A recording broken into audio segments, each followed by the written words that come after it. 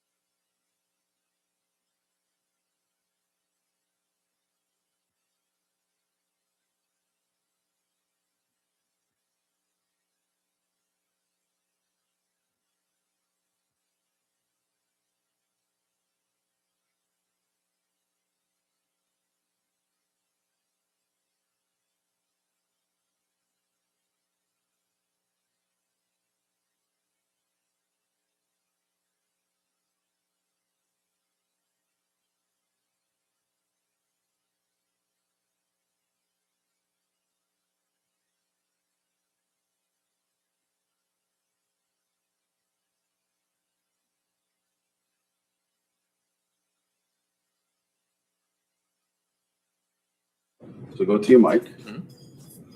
To the mic menu, right? Isn't it? You can scroll on it. Yeah, so you go. You know, sound. Oh, I didn't know. Oh, There it is. I didn't know you could scroll. So this should be. Okay, so all of those.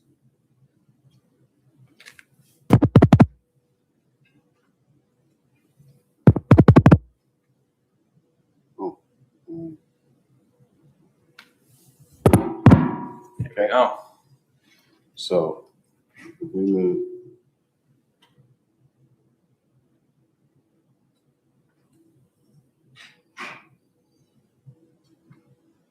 Front stage input. So it's this one here. Can you hear me now? Yeah. Let's try this one. Okay, so it's the instructor's podium. Okay. Is the muted one. And that is over there. Or this one here. It says instructor's podium. Oh, okay. And we got mute that. I'm gonna get the post-it note and we'll say.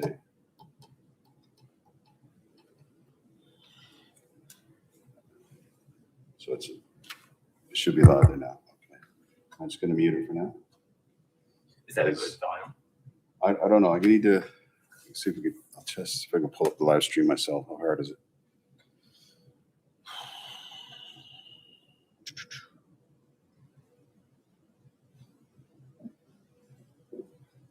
Bonjour. I've never been so early.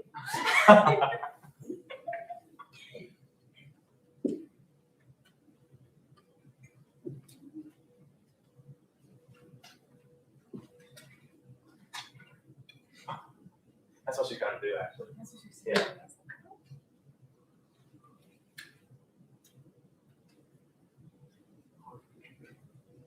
Excited. Nervous. Well, it's more so just like the nervous excitement.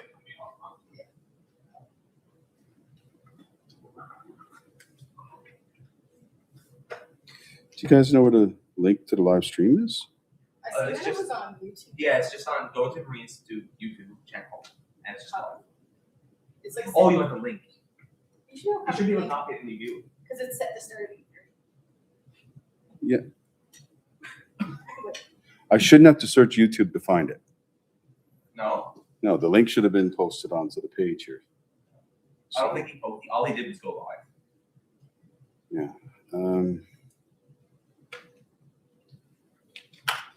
Do you have it up there? Either of you? I can find it. I'm looking for it too. I just want to test the audio.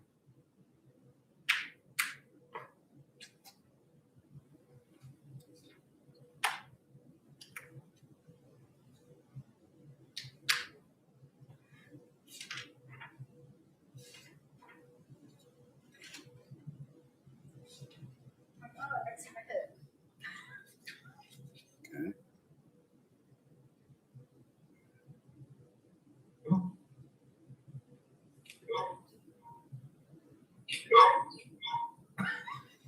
So still get sound? Is there sound now? There. The noise went on. So all the it should so you can still hear it. It's just like 5 seconds off. There's a let me try this.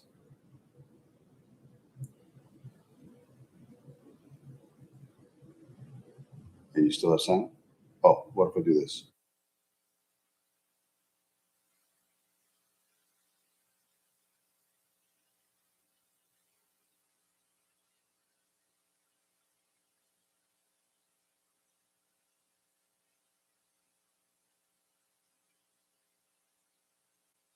If I turn that on, you can hear me? Can you hear me now? All right. And so this here is on. Let's go that.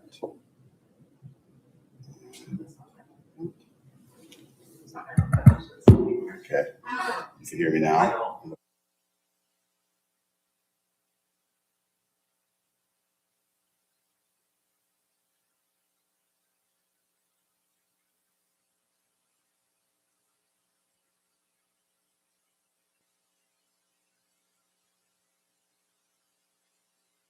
on.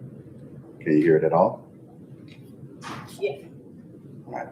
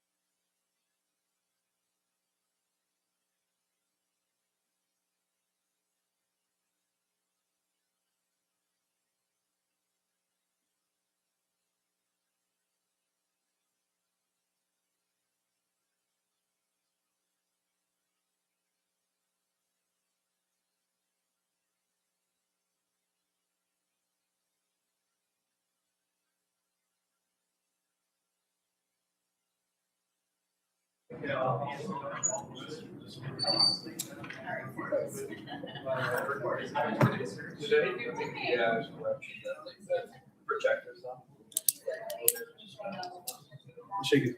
Good. Now ready to go? Yeah, mic's on. If you want. Mike's on. No, we're gonna. Yeah, I'm not. Like you want me to. So you got this? Yeah, unless you want to. No. I prefer to sit back. Yeah. You know, after. Yeah.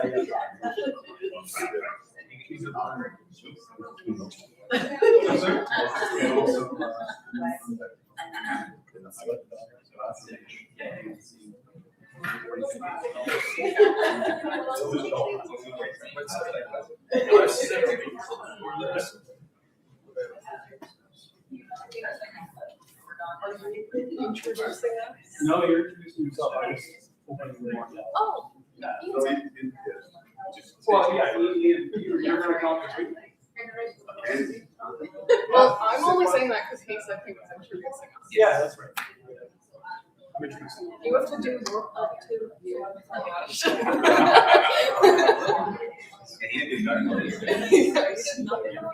is his only thing he has to do, and he's trying to get out of it.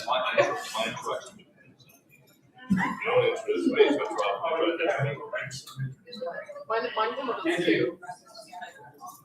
Oh, you're gonna introduce me?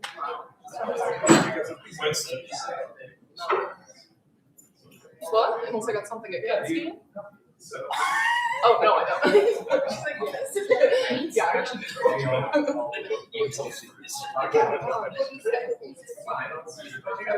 no, I don't.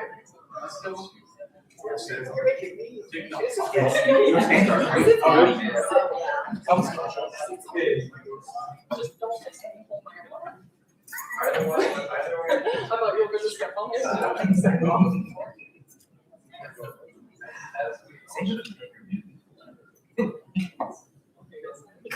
Yeah. Morning, everyone. How are you all? Yeah. Okay, great. Excellent. Good to hear. Well, I'd like to welcome you here. My name is Winston. I am the program chair for the Naval Architecture Technology program here at the Institute. And we are pleased yet again to bring you all around here at this time of year when our senior students have finished their capstone projects for their programs. And this morning they are going to spend some time walking you through what they have accomplished this year. So as they walk through what they've done this year, I'd like you to keep in mind that in September, they started with nothing. Nothing. Just an idea of what it was that they were going to design. And many of you who love them and support them wondered why they disappeared for hundreds of hours at a time, and days and months, and going, what are you doing? Are you sure this is right? I mean, why is it taking so much time? What you'll see now is why it took so much time. They've accomplished a lot, hundreds of hours of design time, thousands of decisions that they've had to make along the way, problem solving, dedication, hours and hours and hours of work, all consuming, right? But you made it. You made it through. You finally got to hear it, which is amazing. So they know their ships better than we all know their ships. So they're going to get up and present. Feel free to ask questions. Do you guys want to be interrupted or just save questions until the end? We're going to save till the end. So we have people watching online as well. So wherever you are, welcome, internet people. You guys are also welcome to ask questions. I think you are taking care of those questions. I have all this logic stuff ready to go. Wow. Awesome. Excellent. Yeah, so without further ado, I guess we'll get going. Allison White, you are up first.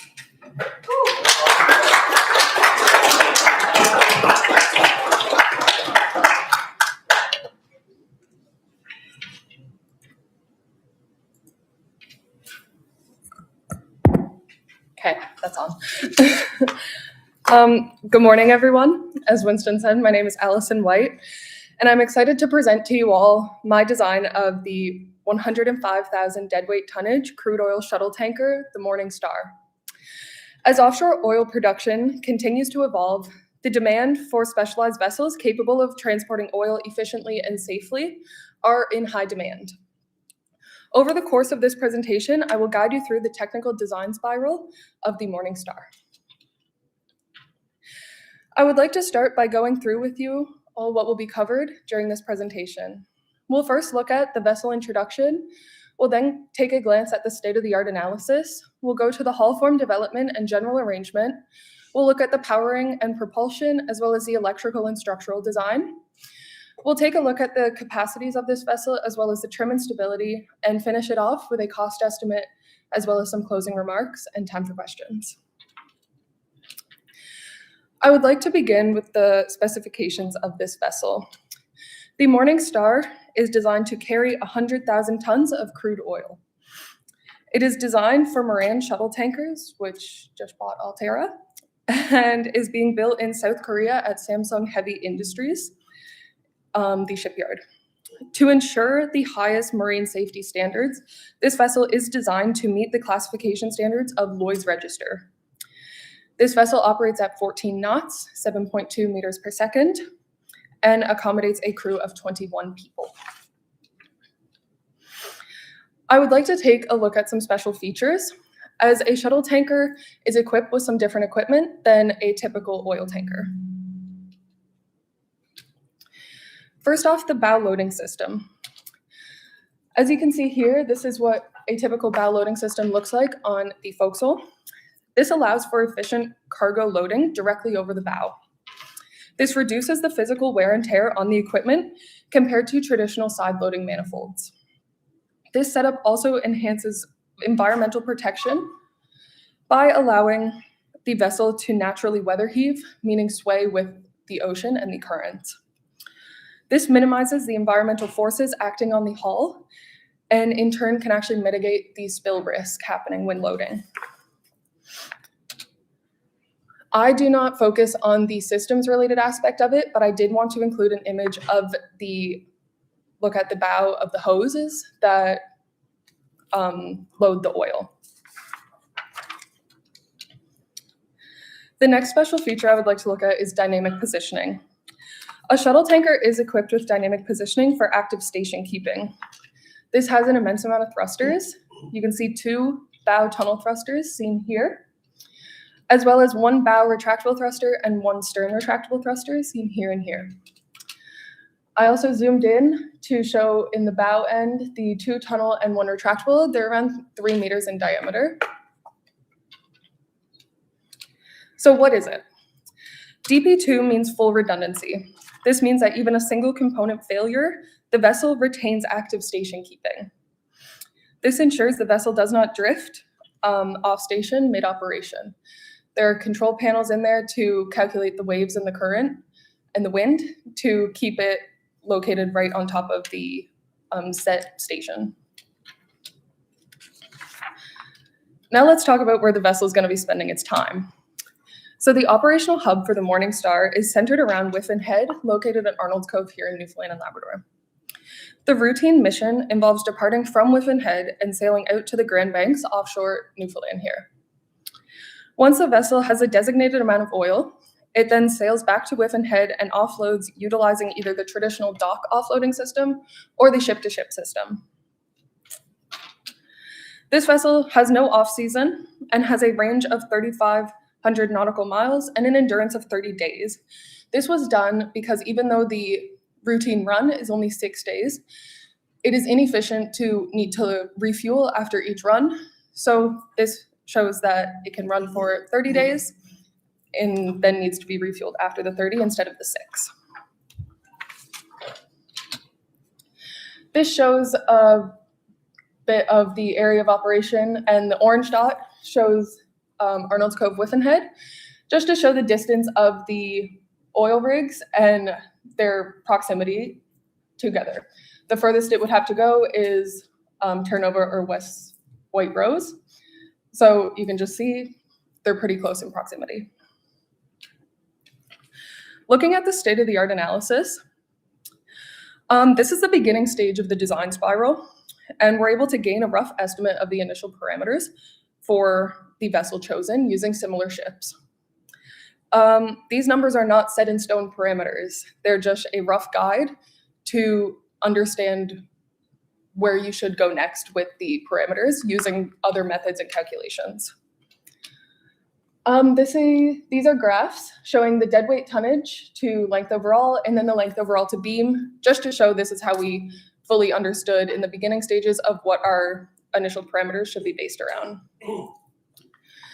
Looking at the vessel parameters now, using those methods as well as the SOTA, a length overall of 236.5 meters was chosen, a beam of 42.5 meters, a depth of 21.4 meters, a draft of 15 meters, a block coefficient of 0.82 meters, a displacement of 124,186 tons, a scantling deadweight of 105,000 tons, and a design cargo carrying capacity deadweight of 100,000 tons.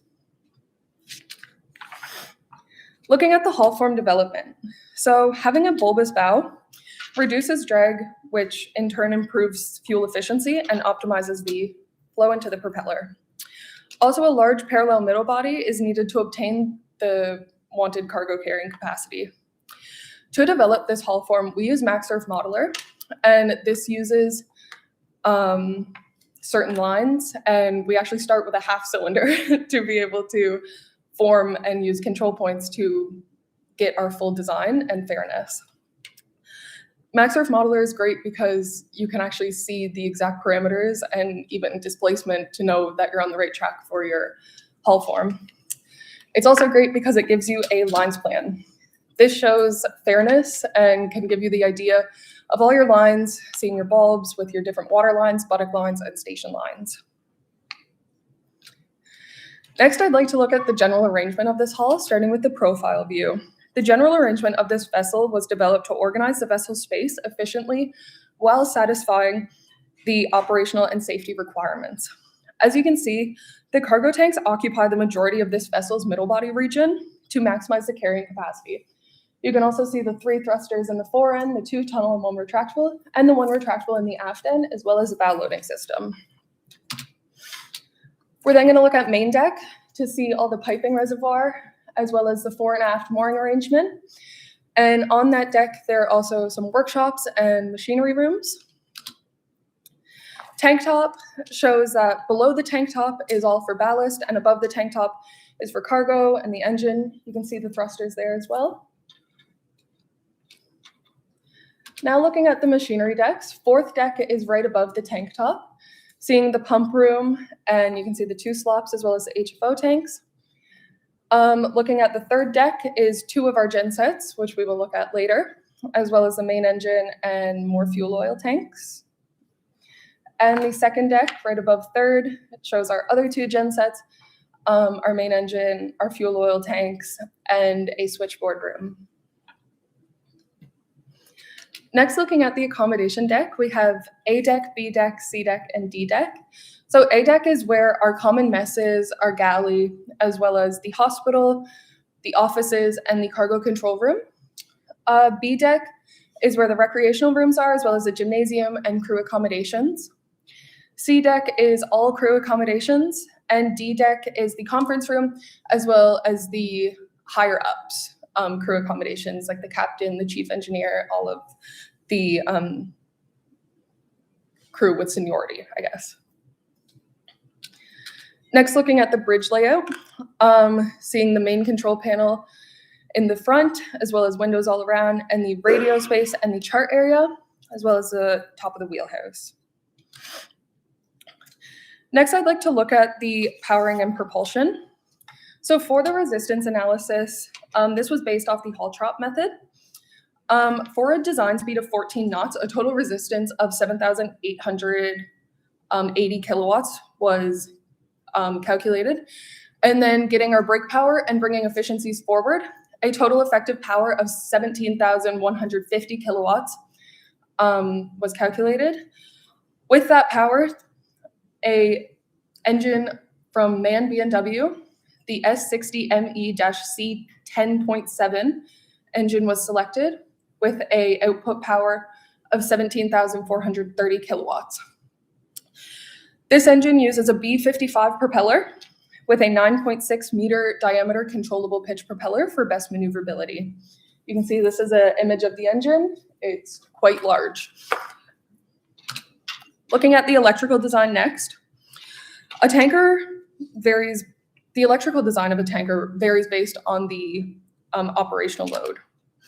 So first we look at in transit with 429 kilowatts. However, during dynamic positioning, when all four thrusters are in use to hold position, an electrical demand of 8,394.3 kilowatts is used.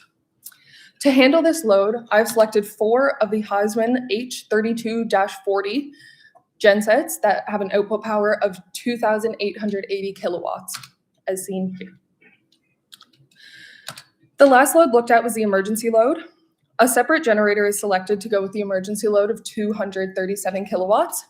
That engine is the Caterpillar C 9.3 kilowatt genset at 300 kilowatts. Looking at the structural design next, the structural design was done in accordance with Lloyd's Register using grade A mild carbon steel. This vessel is primarily longitudinal due to its large size and length, as well as transversely framed in the fore and aft ends. Longitudinal bending was checked due to the significant forces and stresses acted on the hull due to the natural waves. Looking here, you can see the longitudinals. These are just some views showing the longitudinals and the transverses in the fore and aft ends, like stated. Next, looking at the capacities. Beyond the 100,000 ton of crude oil capacity, this vessel requires significant tank allocations for consumables and ballast. The first tank allocation is a large amount of ballast needed at a capacity of 38,000 tons. This ensures proper propeller immersion and stability. For fuel storage, I've calculated that 3,567 tons are needed of heavy fuel oil, and 47.7 tons of marine diesel oil are needed. The typical standard of freshwater is that 150 liters per day of freshwater are used. With a crew accommodation of 21 and an endurance of 30 days, that means that 94.5 tons are needed on this vessel. The gray water is calculated at 60% of the freshwater, making that capacity 56.7 tons, as well as the black water being calculated at 40%, making that tank capacity 37.8 tons, as well as lube oil calculated at 13.4 tons.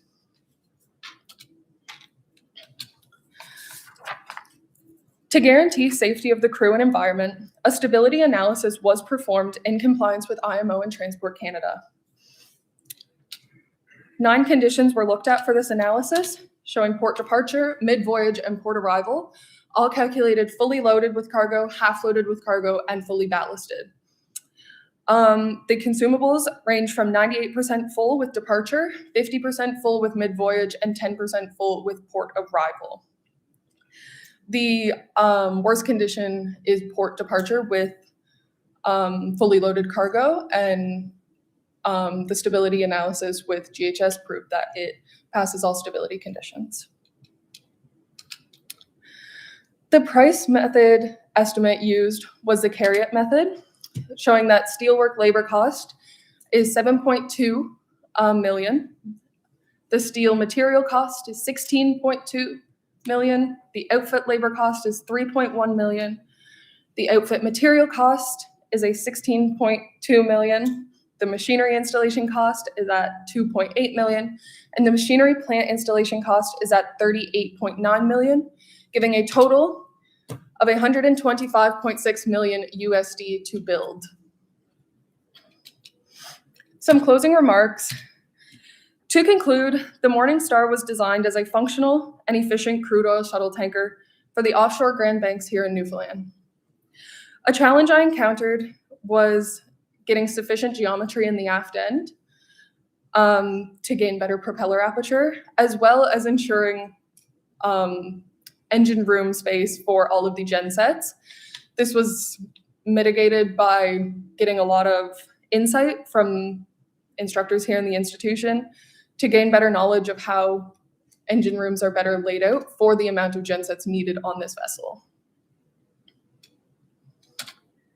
Thank you so much for listening to my presentation, and I'll take questions now if you have any.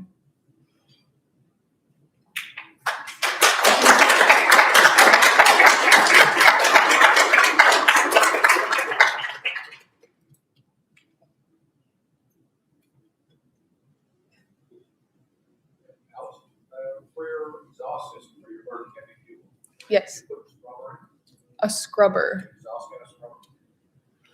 I heard of that. It was taken into consideration, but I don't think in the machinery arrangement that was put in, but I will definitely look into putting that in there. Thank you. Any questions from all of you? Nothing online. Oh, okay, so we'll wait and see. Yeah. Your engine that you selected. Yep. What percentage of MCR, you got running that? I believe it was 100 or 80. 85. Was it 85? Okay. Is it something that mostly? It was something taken, I didn't actually notice that, but thank you.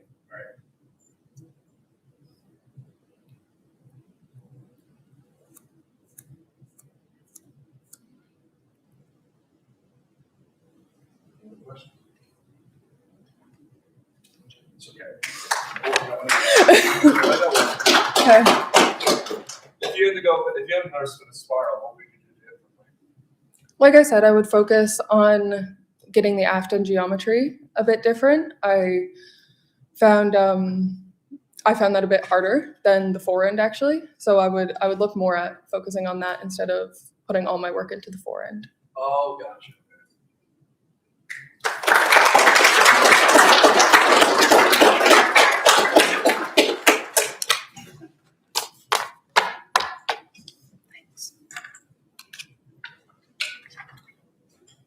Thank you, Allison. Up next, we have Owen Brett. He will be doing, I'll let you introduce your vessel yourselves. I'm going to try to do a quick adjustment. We're getting some feedback. Is your presentation already on? No, I haven't. Okay. You can come on up and sit up there. I just want to turn down. Do this. This is a little bit of a feedback on that. So when we're ready, we'll get it set up.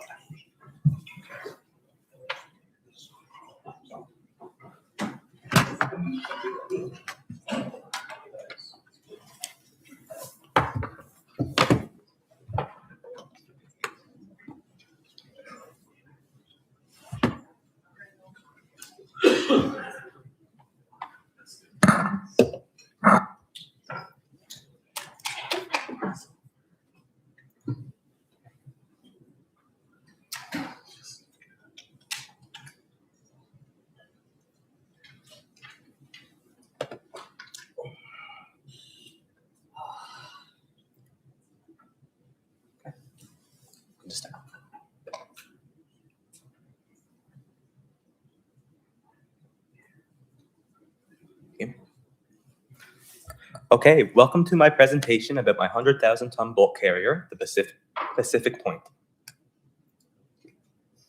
First, we will introduce the vessel.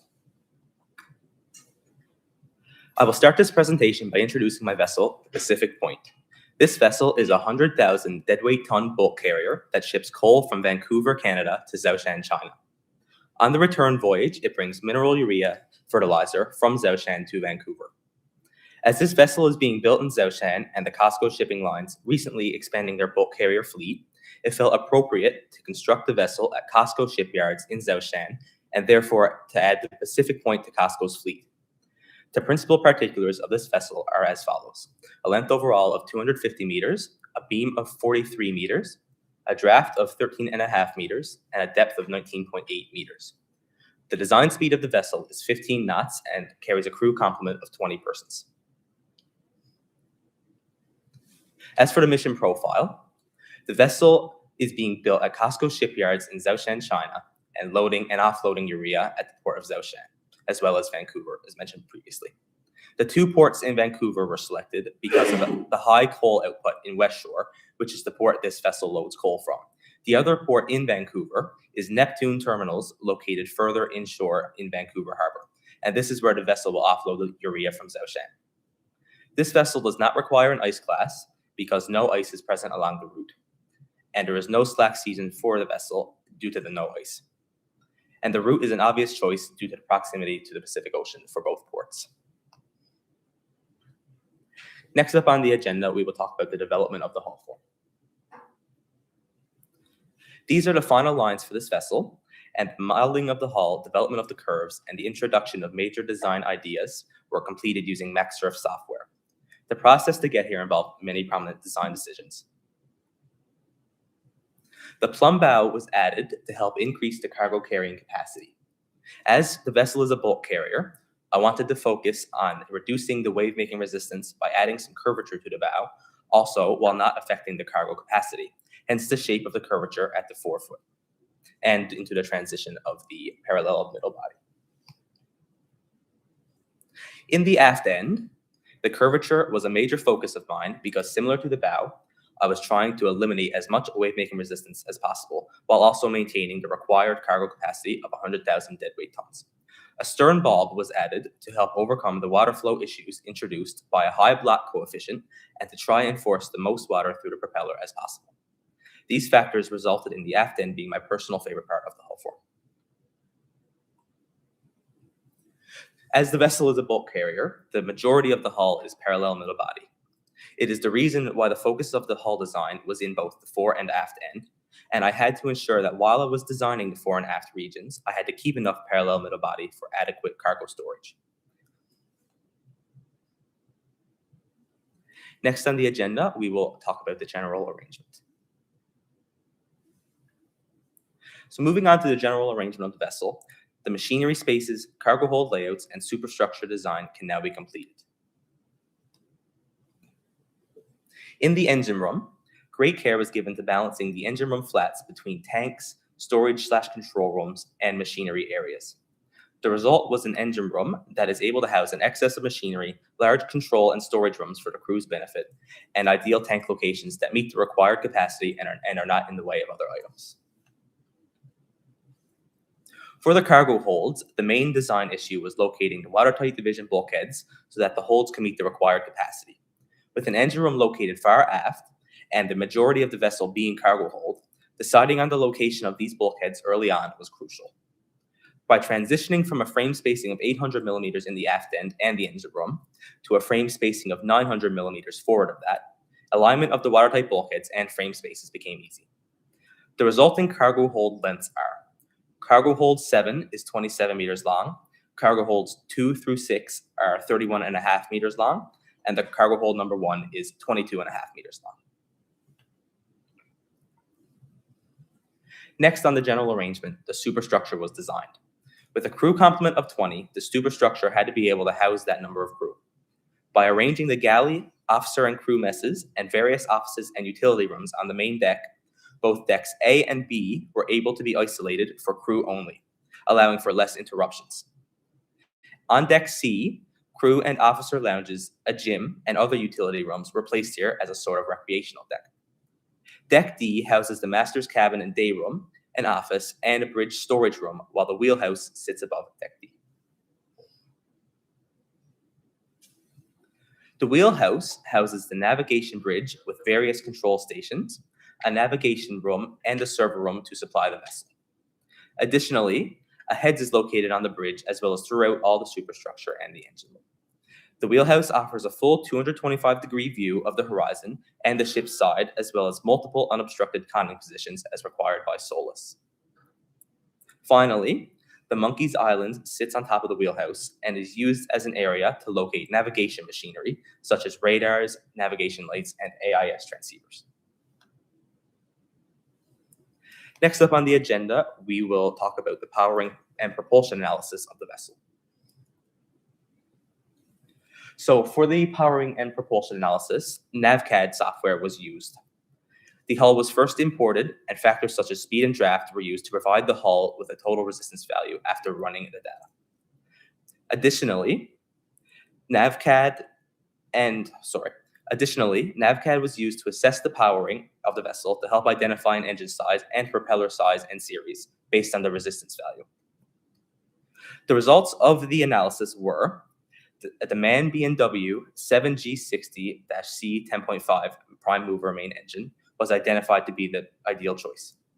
And the optimal propeller diameter for this power and resistance was identified to be a B455 series propeller with a diameter of 8.07 meters and an efficiency of 57%.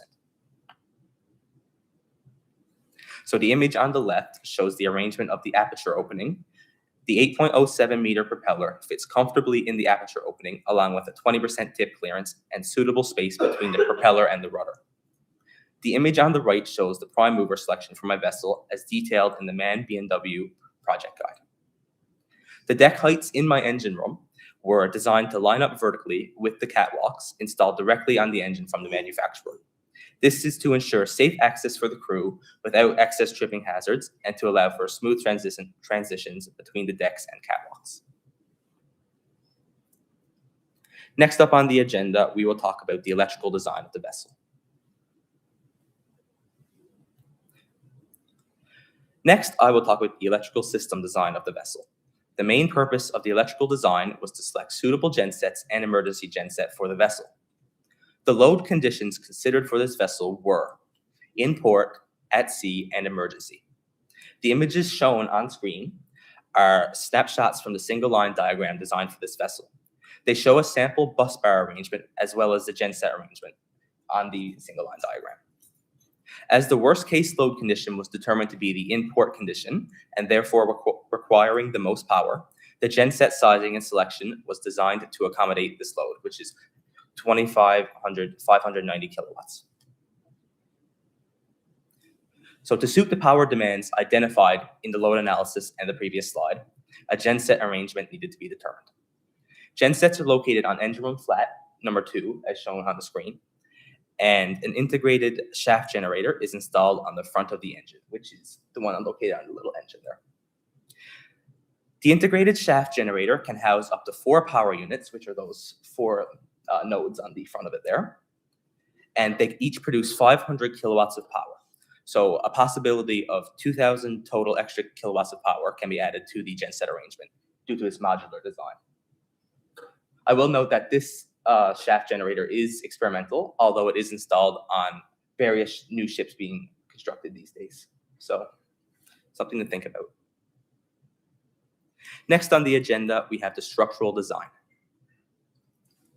As both home ports for this vessel are fully automated and require no specialized equipment for loading and unloading cargo, the cargo hold opening size was able to be reduced to 21.5 meters by 13.5 meters.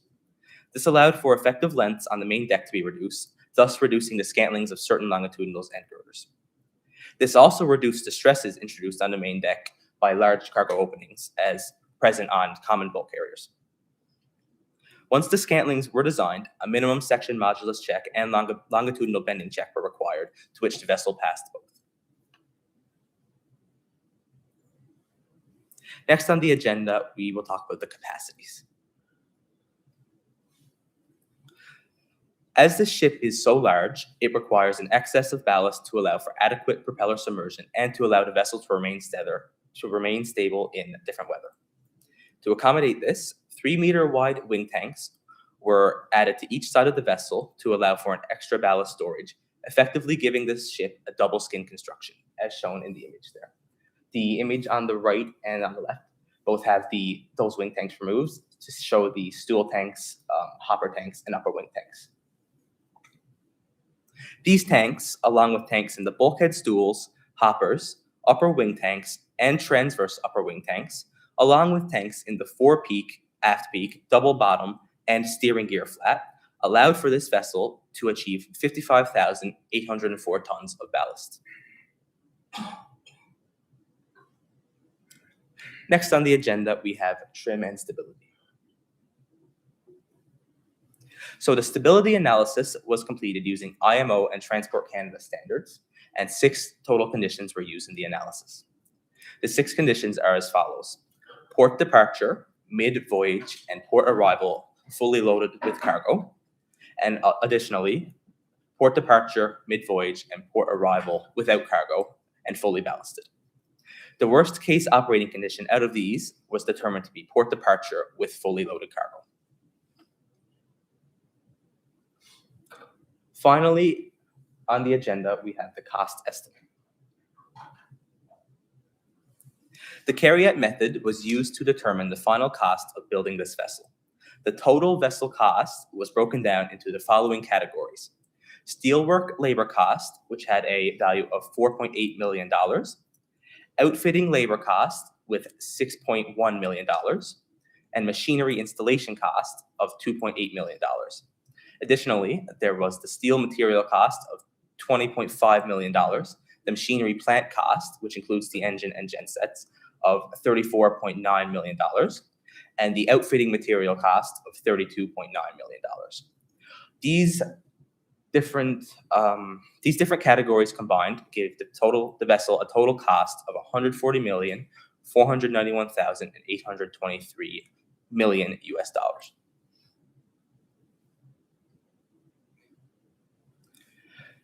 Lastly, on the agenda, we have some closing remarks. Okay, so although preliminary design of the vessel is now complete, there are still some changes I would have liked to implement or change now that more of the vessel is now known. For the wing tanks, I would reduce the size from 3 meters currently to either 2 or 2.5 meters.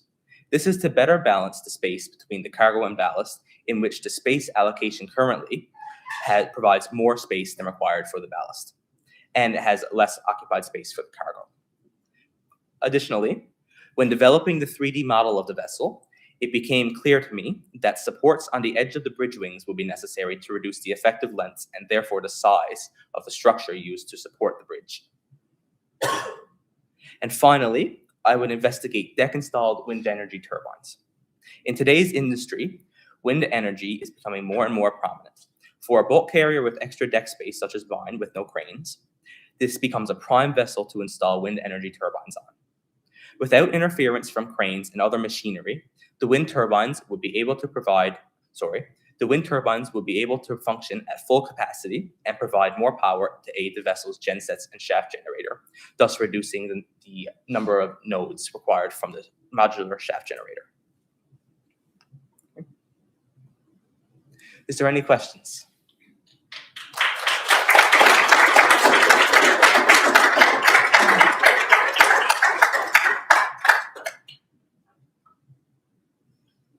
When you were developing your whole form, you noted you had a plumb bound, no lowest bound. Explain what led you to that.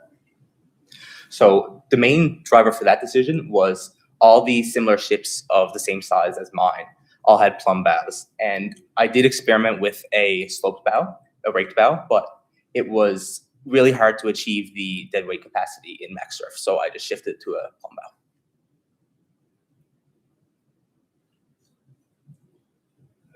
Couldn't tell in your capacity sketch there, but are you meeting IMO regulations in regards to keeping your fuel off the shell? Yes, there is 0.76 meter cofferdams in between the side shell. Yeah. Anyone else? Wind energy turbines that you have on the deck, Yeah, or do you see those as a kind of a growing trend when you were? absolutely. Yeah. It's very rare for a bulk carrier, a new constructed bulk carrier these days, to not have those, Okay. because there's not much going on the deck currently, and it's a prime location for them. So. Got a question from an online user. Okay. Yang J-Z4F. They say, great presentation, just 2 questions. First one is, when you did your stability analysis, did you encounter any challenges? And number 2, during the design process, was there a moment where you felt like a real naval architect? Whoa. Okay. So for the stability analysis, when I ran everything the first time, I had zero problems. So she can float pretty well, if I do say so myself. And that's a tricky question to answer. I'll probably say doing the lines plan was the part that made me feel like a naval architect the most, because it was during the fall when we completed that, and it was the first real design decision we made, with many curves, I guess. Is there any more? I did. I'd do it again, but not soon. Alrighty. Thank you very much.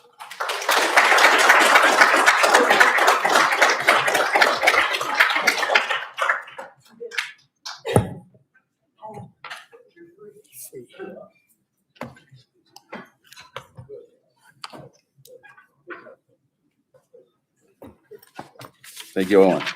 That concludes just the first two sessions. We're going to take a short break.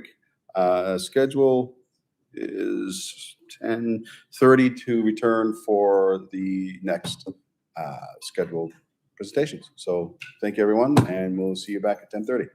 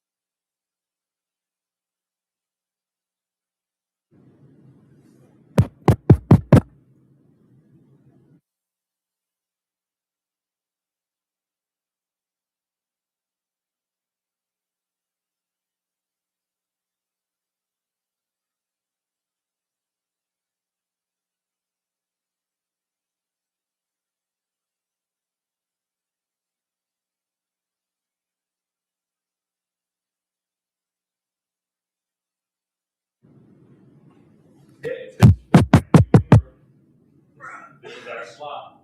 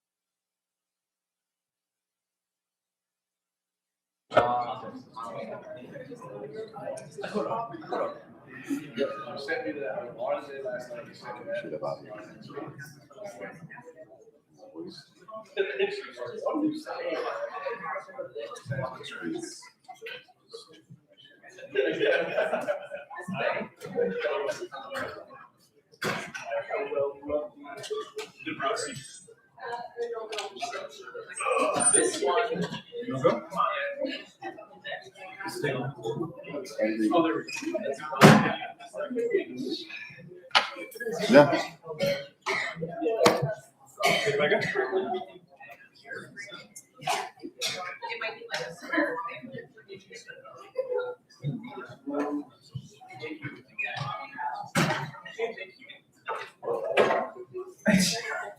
Oh my God.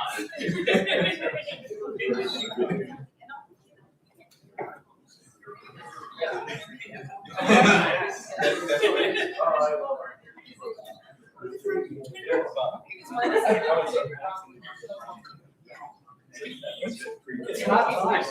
Oh, that's what I thought you said. It's not time. Everyone's there wanting it. Yeah, no, I'm just talking. This guy's like so. Over. Oh, I'm so sorry. It's just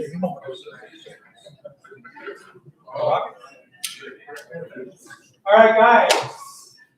Thank you for coming back, or welcome if you just got here. We're going to continue on with the ship design programs presentations. We have a couple of naval architecture presentations and a marine mechanical design presentation that we're looking forward to. And yeah, feel free to ask questions at the end. Hard, but not too hard. Yeah, and then there's welcome back to the people online. And Kev once again is handling the questions from our internet audience that are out there. Only one or two though. It's just a couple. Maybe just the two. Gail's on there. Oh, okay. So we have Frank Squires up next. All right, so Frank.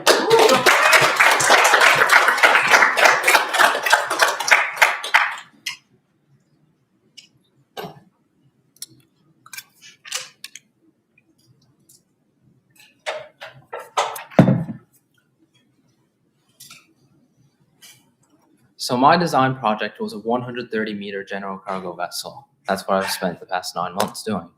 So I'll introduce it to you I'll start with the mission profile, basically provide a background as to why I did this ship. I'll go through the state-of-the-art analysis where I basically determined the main parameters of the vessel, the hull form development, the general arrangement, which is basically the layout of the ship, structural design, propulsion and electrical, which includes both the prime mover of the ship and the gensets, as well as the actual electrical systems of the ship. Tank capacities, which includes freshwater, fuel bunkers, and whatnot.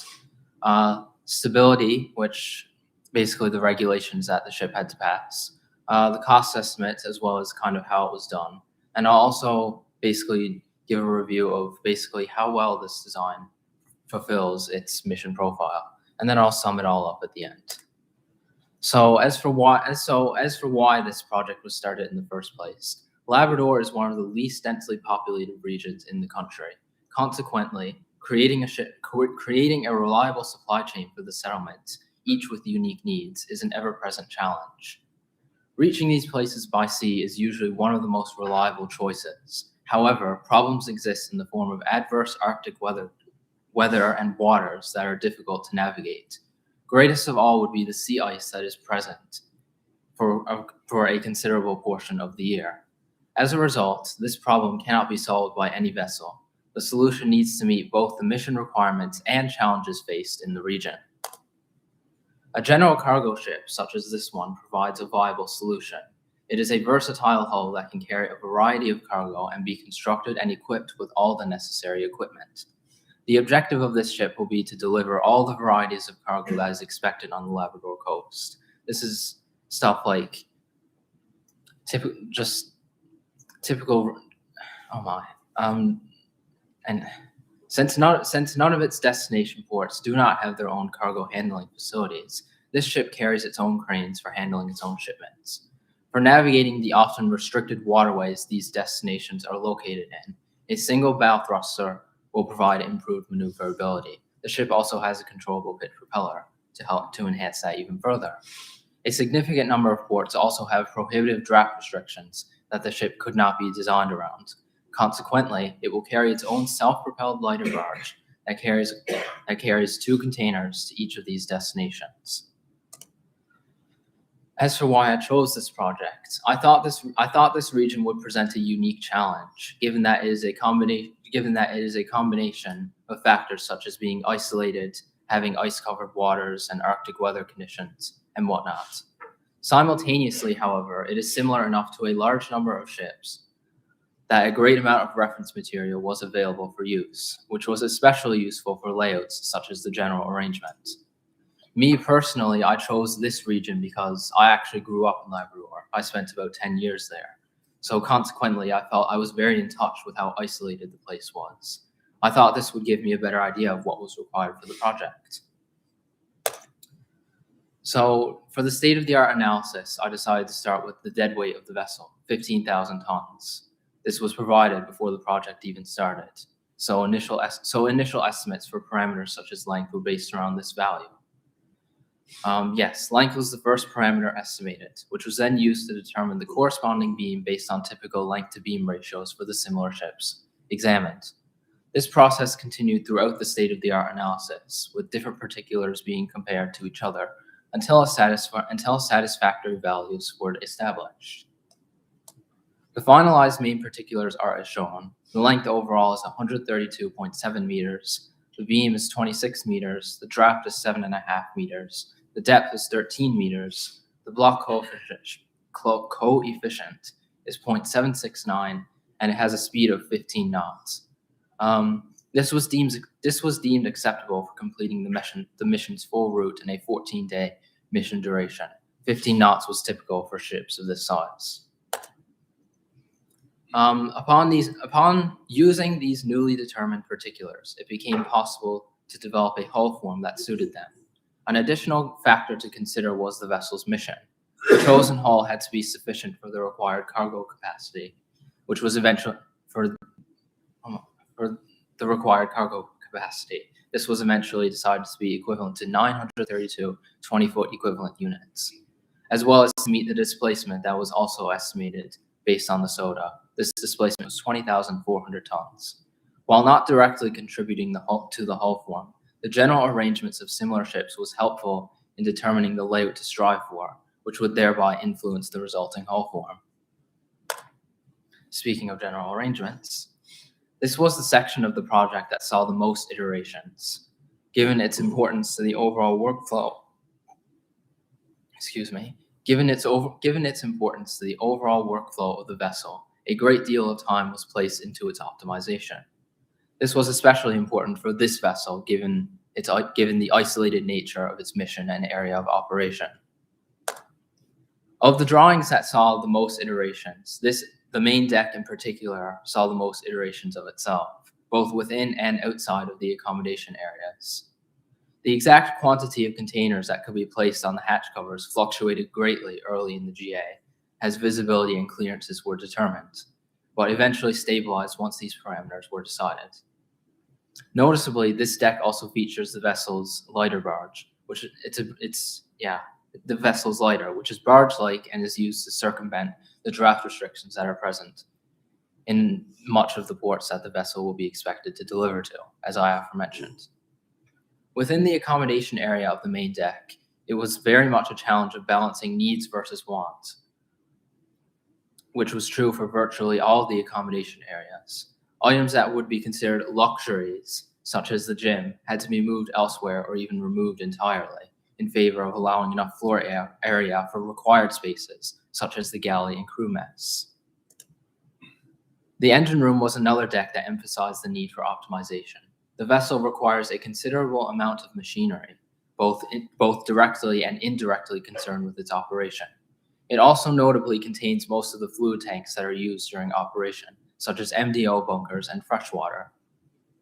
To assist with maximum use of volume available in the machinery space, an additional flat was provided below the tween deck to accommodate the vessel's gensets. Like with on the main deck, the accommodation decks were another game of balancing needs versus wants. Fortunately, this was easier on these decks, as the layout of crew cabins left additional spaces that could be used for other amenities, such as laundry and the aforementioned gym. The layout of these decks was kept mostly uniform throughout. This arrangement permits a more seamless installation of systems such as HVAC and electrical, while also ensuring that there is enough area for all required spaces.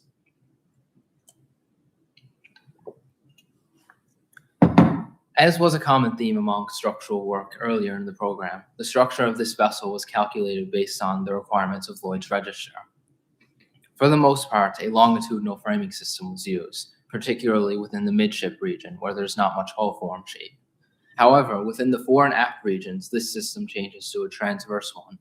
This system is common among vessels of a similar size and larger because of the shapely nature of these regions. Makes a transverse framing system more beneficial strength-wise, as well as being easier to fabricate. One feature that sets this ship apart from typical ones of its type is its ice-strengthened hull, as required by the mission profile. More specifically, the ice-strengthened region of this vessel is designed to abide by the Finnish-Swedish ice class 1A, which is sufficient for the typical first-year ice encountered in the area of operation. Despite being a focal point of this turn of the design spiral, the layout of the ship's structure is still flawed in places, particularly with the extent of the ice belt, which is based on the vessel's typical operating drafts, which at the time I did this, I actually didn't know. So for the next turn of the design spiral, I would need to adjust the size of the ice belt to accommodate the vessel's operating drafts. An electrical load analysis conducted on those done by similar ships estimated that the vessel would use 1,018 kilowatts at maximum. Of the 3 loading conditions that were analyzed, which was just underway, cargo unloading, and emergency, cargo unloading was the greatest. As shown previously on the engine room flat, this power requirement will be met through the use of 2 Everlance gensets, with a third being present on standby in the event that one is unavailable. On the main deck, there is an additional Everlance genset that will be used for the emergency generator. In order to determine the powering requirements for this hull, information pertaining to it was inserted into NavCAD, a resistance and propulsion analysis software.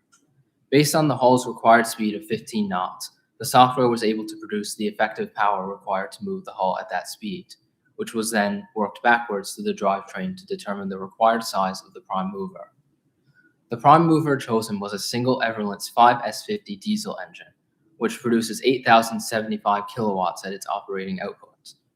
This would be fitted with a direct drive connection to a single controllable pitch propeller, which has a diameter of 5.16 meters and will be operated at 92 RPM.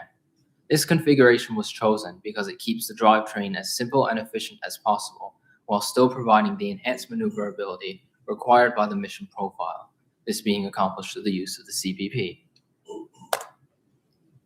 Another noteworthy propulsion-related feature is the ship's single bow thruster. This will operate at an output of 645 kilowatts, and this power would be covered, of course, by the vessel's gensets during its operation. As mentioned in the mission profile, this bow thruster, in combination with the controllable pitch propeller, would provide the vessel with the enhanced maneuverability it needs in this area of operation, where it will not have any tug assistance and will be operating in restricted waterways. This vessel will spend 14 days on its typical operating route, during which it will have to provide for the 24 crew members that operate it. Part of accomplishing this is carrying sufficient potable water for daily crew activities, which, for the purpose of this design project, sees each person consume 175 liters per day. This totals to a potable water tank with 58,800 liters of capacity. The initial estimate for the ballast capacity of the vessel was based on the state-of-the-art analysis. However, this number was revised considerably as the design progressed. In the end, the vessel has a ballast capacity of approximately 9,300 tons, being distributed evenly enough throughout the ship to allow sufficient stability keeping.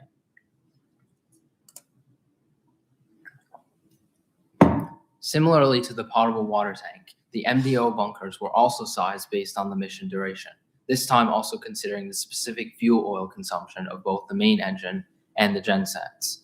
In total, it was determined that approximately 611 cubic meters of MDO would be used by the main engine and the gensets during the vessel's 14-day mission duration. Additional tanks were provided as settling and day tanks for MDO used by the main engine and gensets. The settling tank was sized based on 24 hours of fuel consumption, while the day tank was sized based on 12 hours of consumption. The stability regulations that this vessel was designed to abide by were laid out by IMO's International Code on Intact Stability, which details the minimum values of various characteristics pertaining to the vessel's stability, such as righting moments and initial GM. These regulations were applied to a total of 8 different loading conditions that the vessel was expected to experience. The 3 main loading conditions were port departure, mid-voyage, and port arrival, which had varying percentages of tank capacities. Variants of these conditions also explored different cargo loading conditions, such as full containers, no deck containers, and no cargo at all. Considerations were also made for ice accretion, since it is known to occur in this region. With how relatively early in the design process this project was, it was impossible to provide a truly accurate estimate of the vessel's total cost. To circumvent this, several previously established empirical formulae were used to estimate labor and material costs based on the current state of the economy.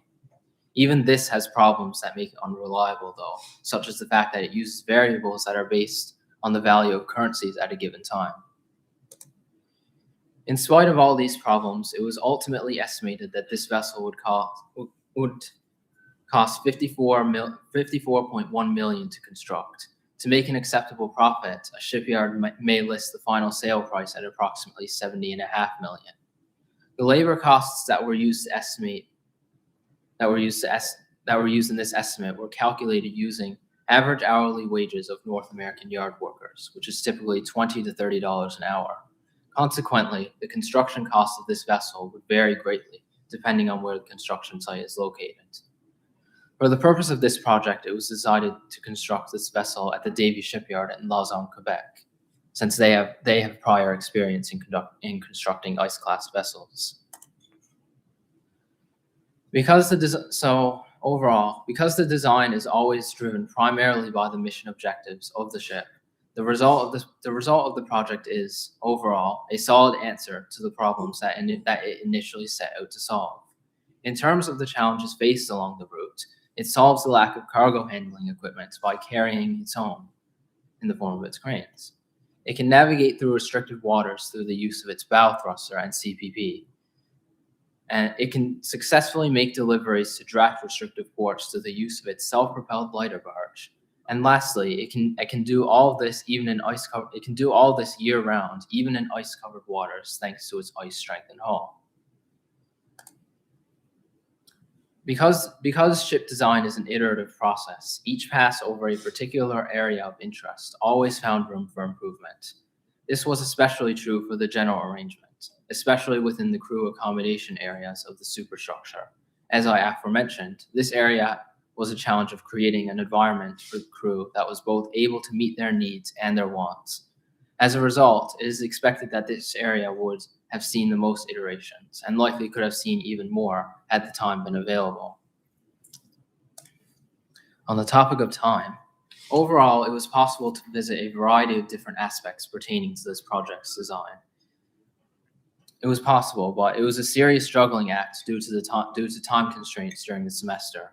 Even sections such as the general arrangement and structural design, which already saw a great deal of time invested, still could have been revised further.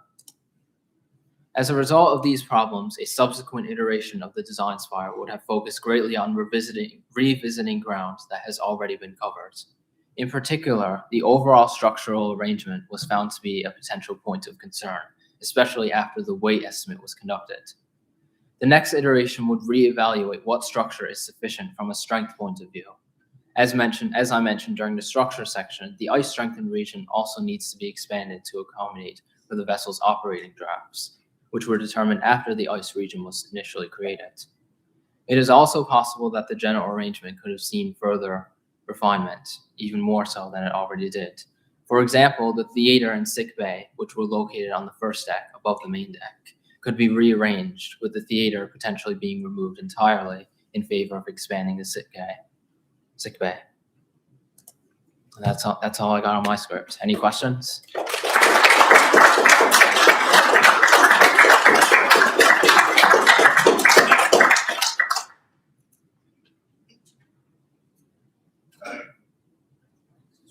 question. So the tender barge might have, what's the capacity? 2 TEUs.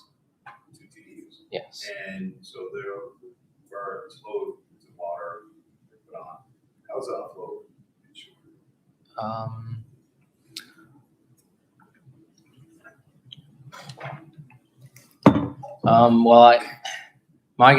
I guess my best guess would be, onshore they would have their own cranes and equipment and stuff, like smaller cranes, not like proper. Yeah, you take it back empty containers, that's the idea. It could. Got an online question from Yang. Surprise. Just lost it. Were there any air draft restrictions for your vessel? No. All right, he said if not, was adding an extra deck considered for providing extra crew space and improved visibility? Well, I don't think visibility was really a big concern. As for adding extra crew space, I definitely could consider that in the next turn of the spiral. Definitely an option. Frank, you sort of skipped over what was in the containers. What are you bringing up there? Everything really. The ship goes as far north as Boise's Bay, so it could bring machinery equipment for the mine that's up there. It's also going to typical just residential port, so it could bring everything really. So food. Yes. Stores, that kind of stuff. It has reefer containers too, so refrigerated cargo is an option.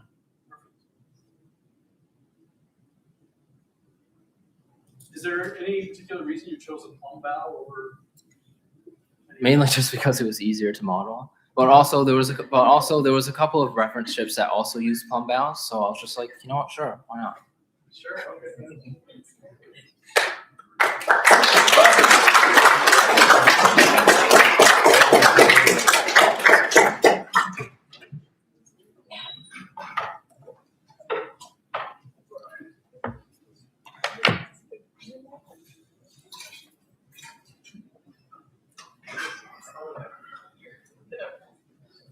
Are you using your laptop?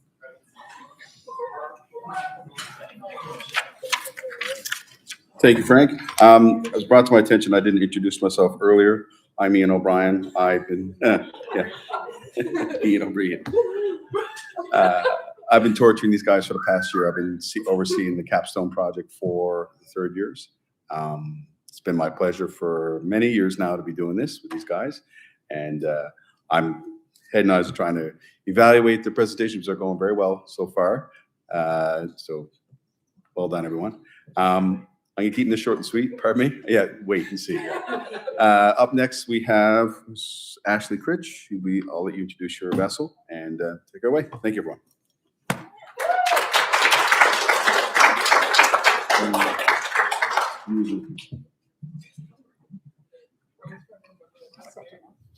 Yep.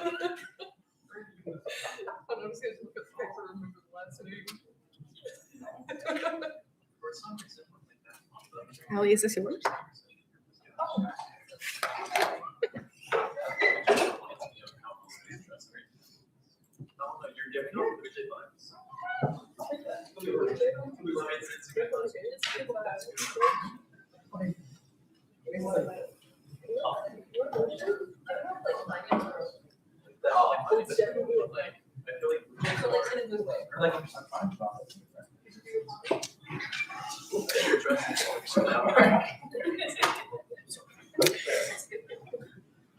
Okay, so I'm going to talk about my multi-purpose research vessel. So on the agenda, I'm going to introduce the vessel itself. This is going to include the mission, the particulars, and how they were derived from the soda, and just give a quick little example of that. I'll then look at the hull form and the lines, followed by the general arrangement, as well as powering and propulsion.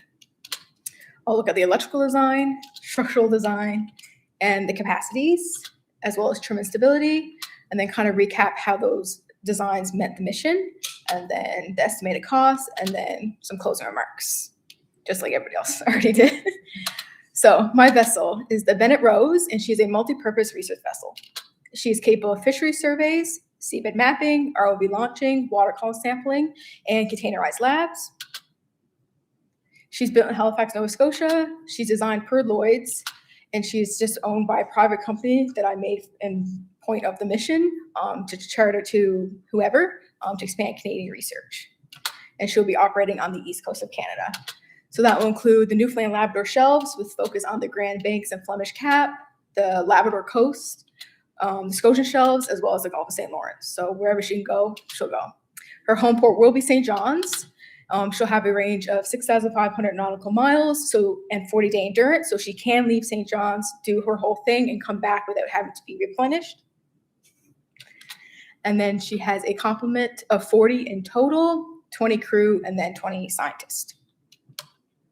So now to jump into her particulars, she has an overall length of 74.25 meters.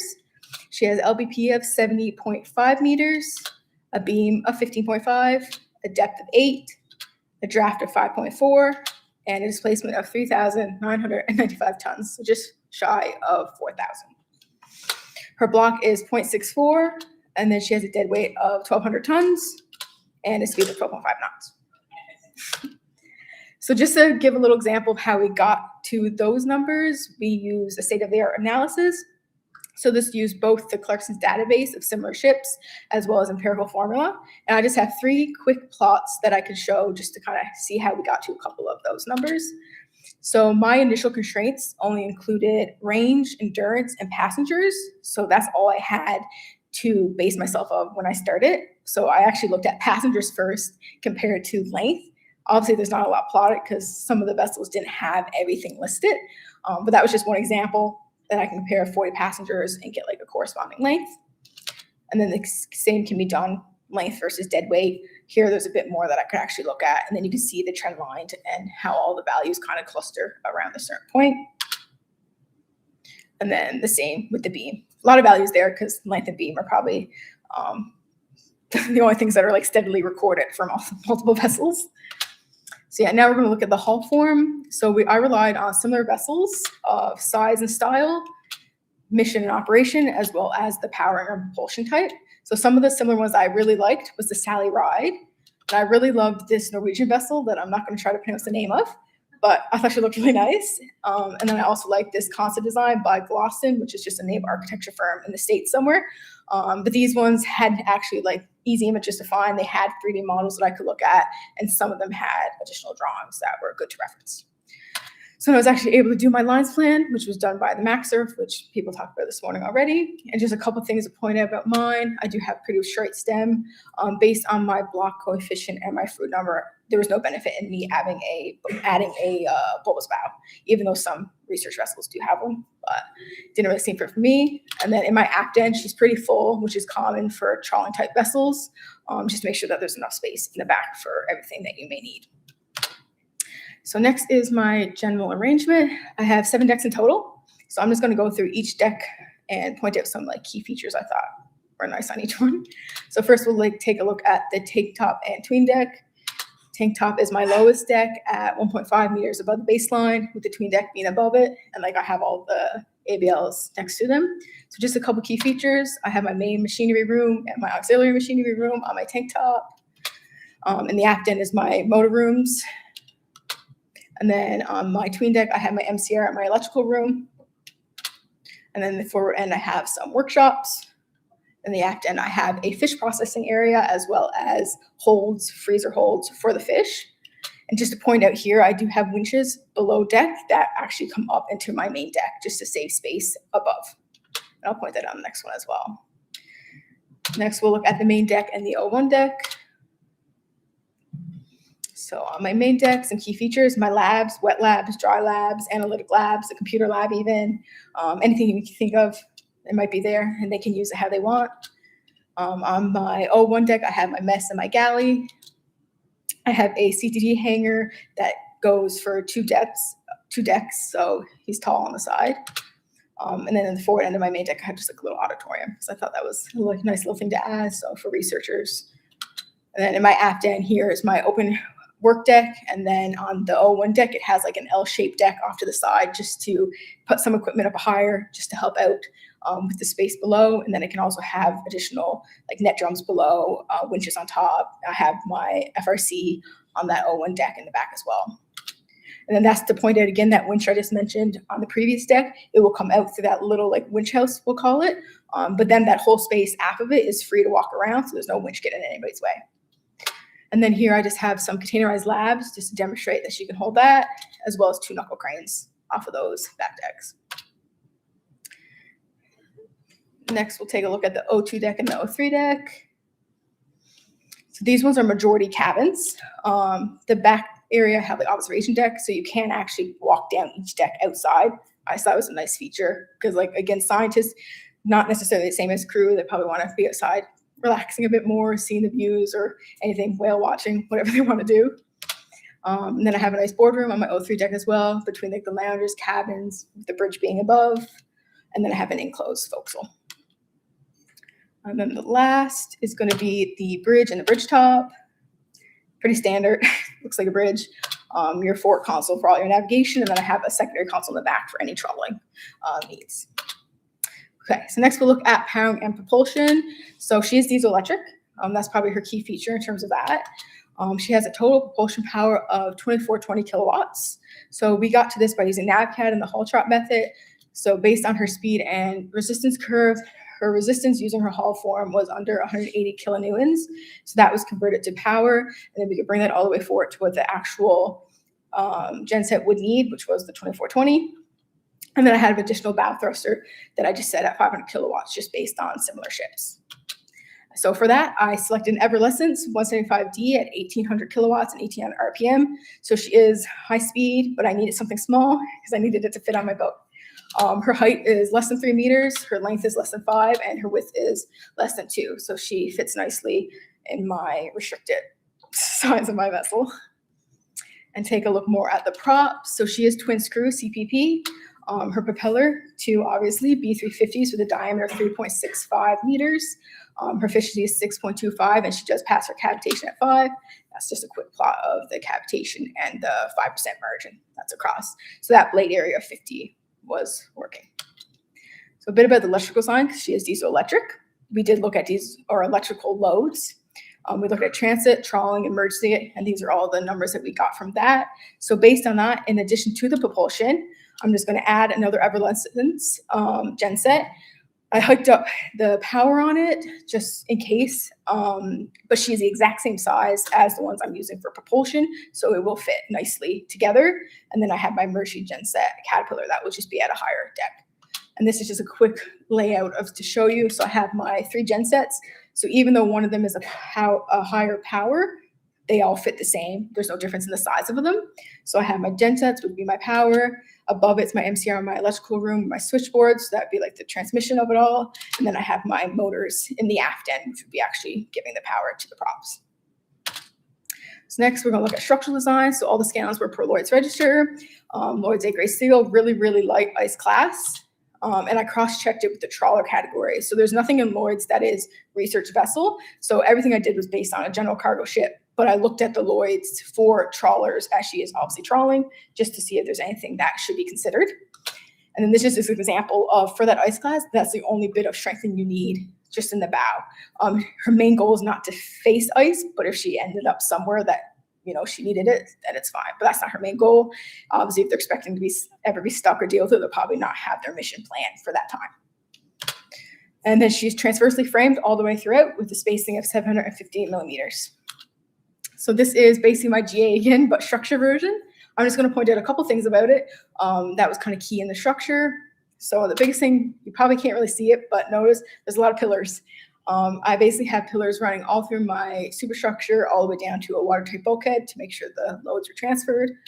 My 4-peak tank, I'm actually under the breadth required to have a centerline wash bulkhead between. So her 4-peak is all open. Pretty standard throughout, openings for stairs. And then if we look at some more decks, my whole tank top is all floors with the vertical stiffeners on it. Again, a chain locker up forward with her mud box. You can see like the perforated part of it. Holes for the hose pipes. And my hose pipe runs down 2 decks to the chain locker. So in my forecastle below it, you will have just the pipe run through. And then this is just another thing about my pillars. So you can see where they're spread across in terms of off the center line. And then in my bridge, I did have to off center them slightly because I needed to make sure you could still see out of the windows or they weren't blocking where the main consoles would be. Next up is capacities. So for fuel, 532 tons at a density of 0.89, I am under 600 cubic meters, which means I do not need cofferdams or coated marble, which was great because I didn't have a lot of space. And my cofferdams would be just as big as my tanks.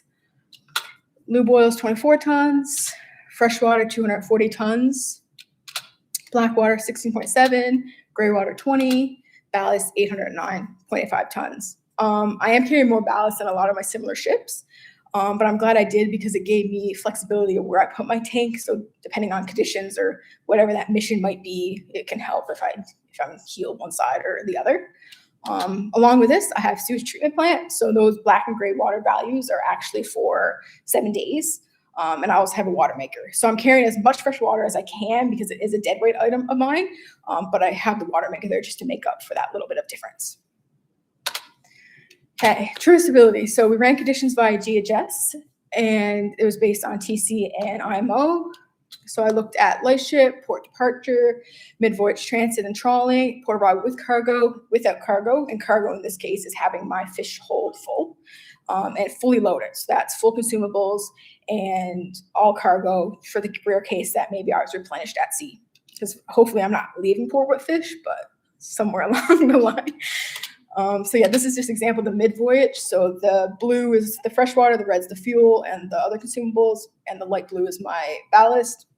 So even in this condition, I did need ballast to help me meet my design draft. And then for my fully loaded, 100% consumables, like I just mentioned, 100% cargo. I only needed a bit of ballast in my 4-peak just to help with the trim, but otherwise this would be considered my worst case because it does increase my draft. My design draft, 5.4, this one increases it to like 5.5. So it would be a bit lower. Shouldn't be an issue for any of the ports that I would plan to go in, like St. John's. She'll fit in even if she's down a little bit more. So just to recap a bit on the designs, she's obviously mission driven. She has a lot of space in her aft working in, so I can fit those containerized labs. I have the knuckle cranes to move those labs, or if we have ROVs in the labs, the containers, take it out, put it over the side. I have the hanger on the side, which is that little white door on the starboard side there of that little model. I have diverse labs throughout, so depending on the mission and the client, they can be arranged as so. I included a little bit of margin to how much the people weigh, so they can bring on additional stuff that they need personally for these labs. Then I have that fish processing plant and hold, so they can do the full thing. And then I have leisure space throughout the vessel, because the big thing I liked looking at was like, obviously scientists are different from crew, and I wanted them to have those bit of luxuries that could be involved compared to just a working vessel. And now to the estimated cost. So we looked at this by the empirical formula. So for labor, it was broken up into steelwork, machinery, installation, as well as outfitting. And we got all these numbers. And the same was done for material, steel, machinery, plant, and a margin was added for being diesel electric, as well as the outfit. This was all based on if it was built in Canada, so Canadian steel prices and Canadian labor prices.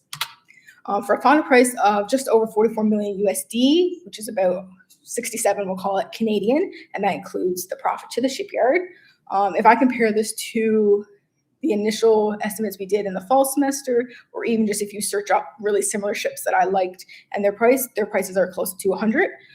So I feel like the lack of this maybe is in terms of actually equate it with the scientific components. So I would expect if this was actually built, it would probably be a bit more expensive. And closing remarks, just a couple things I kind of wish I could look at more, or if I had to do it again or in the next stage. definitely the hull form. My early worries were just about making it as big as possible, as quick as possible, because I wanted space to have it. And when we did our hull form, we didn't really know everything that was going to go inside. So I just wanted to make sure I had space, because I do have the smallest vessel of the class. And when you hear everybody talk about like, oh, I have like 160 meters of length to work with, and I realize I only have 74. I'm like, there's a lot that got to go in it. I'd also like to look at deadweight details. A lot of similar ships didn't list scientific items, so it was really hard to prove what I was carrying. And I'm carrying a bit more fish than I would like. I'm carrying at like 230 tons of fish, which is a lot for just sample surveying. But again, if I was looking at similar ships, they would only tell me like, I have this on board, but no weights. And it was very hard to find those specific items. And then structure. Some things my GA had to be slightly rearranged when we got to the structured portion. So it would have been nice maybe if I kept that in mind a bit earlier, or even now, like some stairs, I would like to maybe move a frame space just to better line up. And stability. That was kind of a worry of mine early on, because she was small, but she was high. It ended up working out in the end, but I had a lot of moments where I was like, should I just like cut off a deck? Just to help her out a little bit. And if I did that, I would have to consider maybe we'll do more containerized labs and then get rid of some labs inside the accommodation area, move things down. I had those observation decks in the aft end. Maybe I could just extend them, the accommodation part back, and get rid of those decks. And then again, that would help if I had to remove one of the decks. And that is it. Any questions?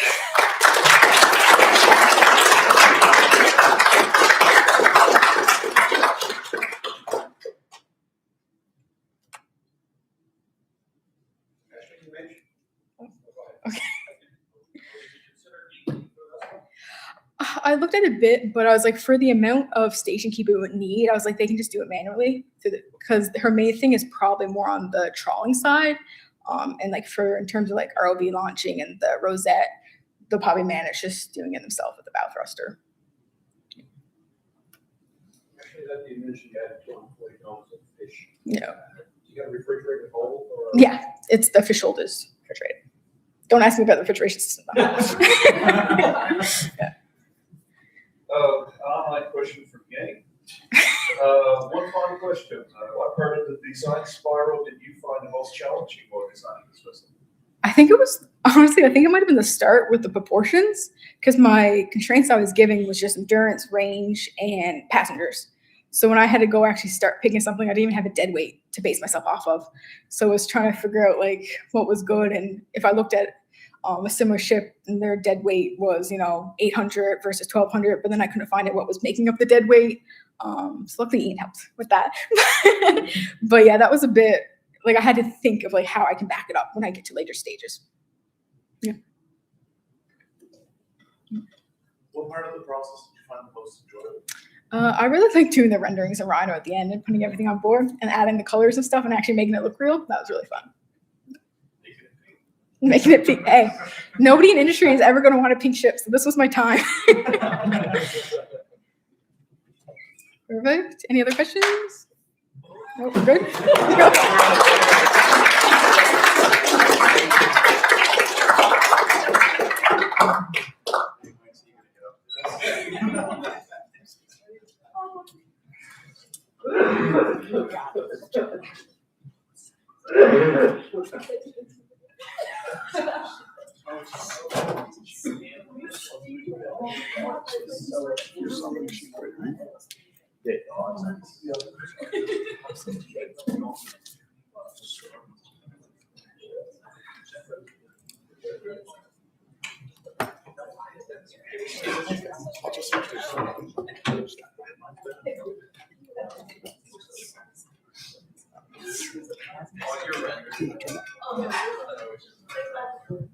Thank you, Ashley. So up next, we have Mike Drew, who's going to be our one and only systems or marine mechanical design students this year.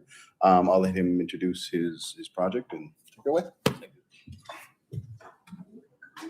All right, take the stage.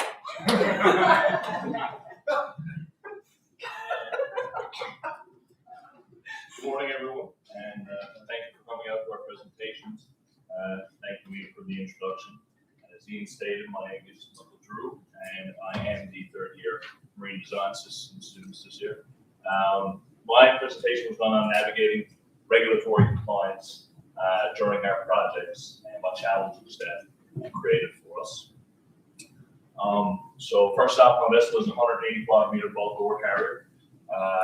She has a route from Hamilton to St. John's, and then finally to Amsterdam, and then back to Hamilton. She has a main engine, single main engine, Wärtsilä 6L46F, that has 70 to 100 kilowatts of power and is run on heavy fuel oil, as well as two generating sets, 6L20 Wärtsiläs, and they develop 1100 kilowatts of power and are run on marine diesel oil. For our design work and our technical workflow in the marine systems design program, we start with a 2D logic diagram for all of our systems and try to lay out the calculations, machinery selection, and overall logic of our system to make sure that when we move on with that system, that it will not have too many conflictions in there that we need to contend with.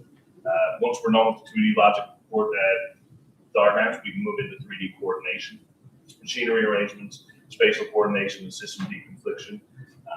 Very important, as on 2D, it's sometimes very hard to see how multiple systems can conflict with each other.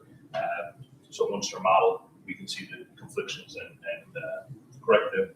And finally, we move into production drafting, where we do place tools, bills of materials, and other drawings that can be sent to a shop floor and then built by the shipyard. These drawings here are mine from my project and my ballast system. As you can see, starting with the single line, moving into our modeling, and then finally a piping arrangement for that system. For this presentation, my main topic will be at the specific design challenge that I face. At the start of my third year, my instructor John Lee came to me after letting me choose HFO and other things in my ship, knowing that there was might be a little bit of confliction there. He presented a question to me: will my ship be legal on emissions inside of our designated areas? And after a little bit of panic, I tried to find him the answer, and I found out no. Using HFO in these areas will not be legal. The boundary will be environmental zones, and even international waters will be too strictly regulated for my ship. And I had to pivot and come up with a secondary solution to either switch the system or design around it to make her comply with the regulations. This is my preliminary exhaust system. I tried to keep it as simple as I could, try to keep the back pressure low early on. It's a single silencer, integrated bellows and transitions, not too fancy. You can see the silencer here with some integrated bellows and transitions, and then finally my baseline arrangement for the exhaust system. So atmospheric emissions, when we're talking about regulatory standards for exhaust systems, atmospheric emissions become very important. These different emissions here are the most important when it comes to IMO and what we like to regulate. So for nitrogen oxides, they're created in the combustion cycle itself. So my Wärtsilä is a Tier 2. It will have quite dirty emissions compared to the regulations and what they require. Sulfur oxides are directly resulted from the fuel itself. They bypass combustion and they come out into the exhaust regardless of what engine you use. And particulate matter, usually soot and unburned particles, is directly related to the sulfur content in the fuel. That's very hazardous to crew. So if your stack in any way allows your exhaust permeating down to the deck where the crew are, that can be very bad for their health. So fuel selection, and why does it matter when it comes to exhaust emissions? I chose my fuel early on as a economic saver. I tried to cut down on operational costs, and when I realized that HFO was going to give me a problem in this regard, I decided to treat it as an owner's mandate and not just be able to go to my instructor and say, hey, well, I can just switch it now, right? No, I wanted to keep it so I could design around it and see if I could actually solve the problem while keeping a cost-saving fuel. The regulatory conflict this gave me is it's cheap, but it's dirty. Very low sulfur fuel oils, clean, but very expensive. And most likely my solution is going to be secondary exhaust treatment without a complete overhaul of what I've already designed. Rules and regulations, who decides and where. The first stop I took in my research was to stop at each port and figure out what their regulations specifically mandated. Hamilton, St. John's, and Amsterdam being the key ports for my research.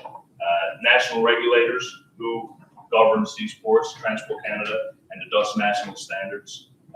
So I had to do a deep dive into how they want their rules to be ascertained.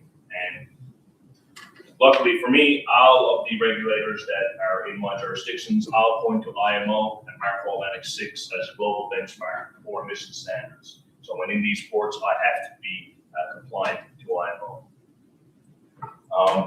Annex 6 has Regulation 13 that governs the nitrogen oxides. This is a tier-based system, so tier 1, tier 2, tier 3. For myself, I'm a tier 2, so by default, I will not pass the nitrous oxides emissions inside of environmental zones. The tier 3 calculation here is from IMO itself. It's based on your RPM of your engine. So my engine with 600 RPM gave me about 2.47 grams per kilowatt hour as a limit. I cannot go above that for most of my route. Regulation 14 is the cap on sulfur emissions. In international waters, you can have as high as 0.5 mass per mass fuel content. But once you get into environmental waters, it drastically reduces down to 0.1% mass per mass fuel content. And just as you know, particulate matter is primarily handled through mitigation of sulfur. If you cut down on the sulfur and meet the sulfur cap, you will meet the particulate matter regulations as well. Emission control areas, these are the environmental zones that are going to hinder my progress with HFOs. They are the Great Lakes, the northeast Canadian coast, and the North Sea and English Channel into Amsterdam. 66% of my voyage resides inside of these ECAs. The trans-Atlantic route is only a short bit of my route. Amsterdam requires that we have a hybrid closed loop exhaust system. So they go a little bit above IMO, where IMO regulates that you have to have these emissions. Amsterdam also requires that you not dump any contaminants from your exhaust scrubbing into the waters around their coastline. The vessel emissions gaps that I came across was, as we can see, they're the IMO standards. And for my engine, I am far outside of that. So they require 2.47 grams per kilowatt hour. I'm at 8.85. And for the sulfurs, I'm at 2.8% compared to the 0.1% that we require on my roof. The results in compliance fail. We are out by 6.83 grams per kilowatt hour on nitrous oxides and 28 times the excess the sulfur levels. She's unseaworthy in this condition, and I am legally not allowed to start my engines anywhere. So as a design, this would be a big paperweight at that point. And my technical mandate at this point is only secondary treatment without a complete redesign of the ship. For regulatory compliance, how do I get there? What options can I explore? The first one was exhaust gas scrubbers. Post-combustion treatment, so we will not touch anything before, after the fuel tank to the engine. All of that will stay the same, and in the exhaust run out of the engine itself is where we will cut down on some sulfur and nitrogen by chemical washing. And I do support open and closed loop, which gives us regulatory compliance in Amsterdam's extra mandate as well. I also explored conversion to liquefied natural gas.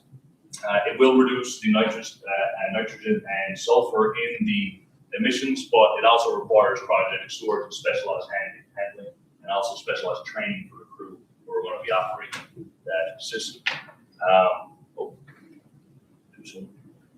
Alternative fuel oils was my third way to get under emissions. Ultra low sulfur fuel oils are available. They do meet ECA sulfur caps without treatment, but they are a much higher cost than HFO. So the exhaust scrubber was the first one I explored. It uses for the sulfur scrubbing. It uses a alkaline liquid wash tower, which neutralizes the SO2 gases and gives us 98% reduction on our sulfur oxide emissions, which will meet the IMO caps. And for the the NOx emissions, selective catalytic reduction scrubber is going to be used. These are two different units, and it uses aqueous urea injection to scrub insoluble nitrogen molecules, which gives us only a nitrogen and water output after the pollutants are converted. So much more friendly to the environment. Liquefied natural gas was the next one I explored. It does meet IMO nitrogen and sulfur standards. It has high compatibility with future technologies such as bio-LNG and methane. So it could be kind of the way of the future, but for right now, I think the volume and the mechanical complexity are going to limit it as a source for me, as I have a bulk carrier. 2 times the storage capacity of fuel for me will cut down on my cargo carrier capacity, which kind of defeats the purpose of my bulk carrier. It also requires fuel gas supply system and a complete boil off system. So not only do we have a much more complex system that requires more training, we actually have more subsystems that have to be put into our ship, limiting us on space. You can see on bottom there's a kind of a diagram showing the difference in a conventional square tank for a HFO space and a typical Type C LNG tank, which will require an architecture redesign as well to get them spherical tanks into the ship. It's going to cost a lot more money than just refitting the system. And this is the alternative fuel I explored. As you can see, you can go very low on sulfur. You can get down to the IMO caps just by putting a different fuel inside of the ship. But when you look at the cost per voyage, you can get up to $200,000 more per voyage. And per year, you get $2.5 million more a year just on gas. Much worse than a Honda Civic, I would imagine. And it's not compliant in nitrogen oxides. If I change the fuel, it will solve my sulfur issue, but the engine is still at the Tier 2 level. It is still not going to comply with MARPOL. So I am going to have to still do an exhaust treatment regardless. Kind of paying $2.5 million to still have a problem is not really what we want here. So I did make a decision out of 3, and my decision was the exhaust gas scrubber. I chose an Alpha Laval Pure SOx hybrid at 99% reduction on the sulfur emissions, gets us down to that 0.1 standard. It does support open closed loop, so I can close my system and store my contaminants when I get in Amsterdam, satisfying their requirements. It does fit my casing, and it has 0 cargo loss, so we now maximize our profit as well for the ship. Meets all regulations. For the Alpha Laval Pure NOx selective catalytic reducer, it has a 90% reduction, so it gets us down to 2.0 grams per kilowatt hour, which is much lower than the 2.47 that we calculated we needed to get below. It has an automated precision loop, so very convenient there. And it has a nitrogen and water discharge. Again, much more friendly for the environment, and it meets all regulations required. Right slide. Alpha Laval Pure SOx and NOx. These are the units. The Alpha Laval Pure NOx is a skid unit, so that will be plumbed directly into the exhaust piping and spray in that aqueous injection to wash out the chemicals from the exhaust. And then we have a Pure SOx sulfur scrubber that is actually mounted on the exhaust itself, high up into the stack, where it has a secondary venting for bypass, so we can release our exhaust to the atmosphere in any sort of situation where we would need to. On the right side, there is a diagram of the open and closed loop. You can see the blue open loop can indeed go overboard to seawater, but the closed loop will eventually land your contaminants in a sludge tank where you can keep it to be pumped out or treated later. So for me, in conclusion of a 2-year design journey, our project starts at the start of 2nd year, where we start our single line diagrams and our logic, and eventually by the end of 3rd year, finishing out with production drawings and models.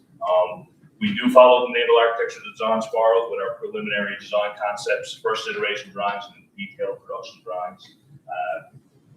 with the mechanical, spatial, and conflict resolution is very important to us. Isolating classes, engineering constraints, and conflict redesign, similar to what John brought to me this my third year, that I got to spend a full year really learning about this exhaust and how it works. It was very valuable. So between the drawings and the core project, and then preparing for this presentation and research, I feel like I got a lot out of it. And thank you for your attention.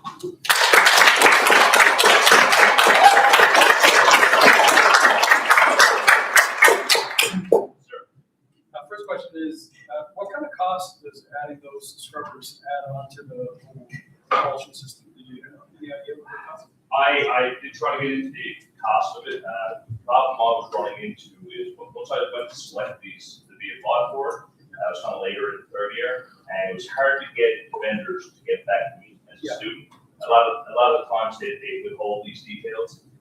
So I did get some kind of arbitrary ones, but I didn't trust them enough to add a costing analysis. So no ballpark. No, not right now, but I can get it for you. Yeah. Second question is, what happens to the contaminants? Where do they, once they're taken out of the system, where do they go? First they're stored, and then what happens? Well, shore stuff, they would pump ashore from the sludge tank with all of it. Oh, gotcha. Sure. So after going through this, this process, where in the design spiral do you think consideration of fuel type should be taken into account? I mean, as early as possible. It should be something that we don't want to get so far down into the design that I did. And I feel like John kind of let me do that as a challenge, which I appreciate. But in a real world scenario, I would imagine this would be early on, before we ever start really designing any heavy systems and putting a lot of man hours into one fuel type or another. Mark? This was a design project a couple of years ago, obviously, before some of these regulations came in. When you put in these exhaust gas treatment units, how did you find the space challenges from a conventional casing to this additional?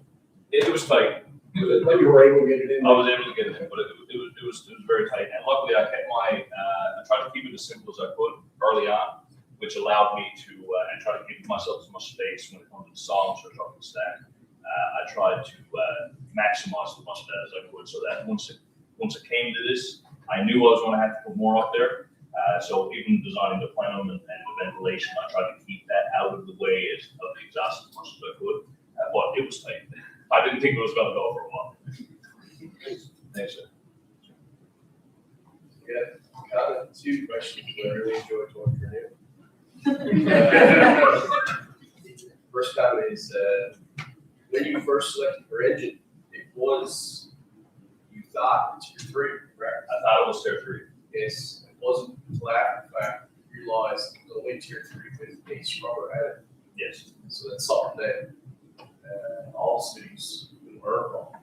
Just because it says Tier 3 doesn't necessarily mean it's a Tier 3. I should have followed up on that for sure. A little deeper.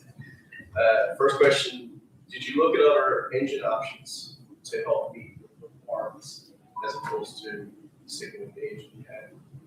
I didn't, just because I was so far along in the design that I, as a student, I was kind of fearful of going back and trying to get another engine and put it in there and cascading my problems from a student's perspective. But I understand that is one of the first options and one of the most serious options that we're having to take. And you may not have found it. The other question is, adding a scrubber to your system, how did it affect your battery? It went up. It went up. It didn't put me over, but it was closer than I would. Let's just say. Very well. Thanks, sir. Any other questions? Caleb, I'll give you that. What are some of the challenges you face when taking your jobs into the production line? Conflictions, mostly, because we design our systems, we've done design our single line diagrams. You can't see really how they'll interact until I got into the modeling portion. And then I realized ventilation is going through everything, and there's piping going through things that shouldn't. So I found that was the biggest challenge of as a student especially, where and what ones to tackle and what to kind of put to the side and say, well, that's fine, it's cosmetic for a model, or is it really going to affect the next system? You know, I'm going to have to be more piping through here. How many different systems do I got to fit in there? So I think that was the biggest headache for me, was to try to line all that up. I've got an online question from Yang. Surprise. Did you at any time in the last 2 years silently curse the Naval to design the vessel? And if you have a piece of advice for future Navars, what would it be? I want to preface this by saying all the narcs that I went through this program with are all very good friends of mine.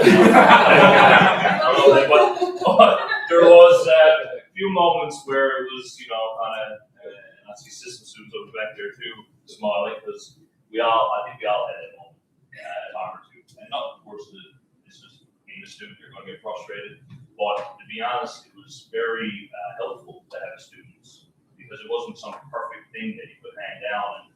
And for us, we did a lot of modeling in the structure. We couldn't go so deep into the calculations and the details, but being able to take somebody and other students' P&D and see why they've done something from your guys' point of view was actually very helpful for me. It wasn't just Alpha Systems, but about how to integrate it all together. So I appreciated it, but I did first. I appreciate you too.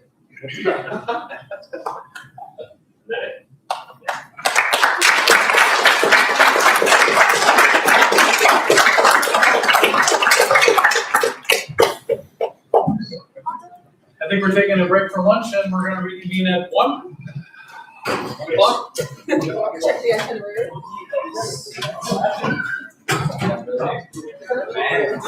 Not bad.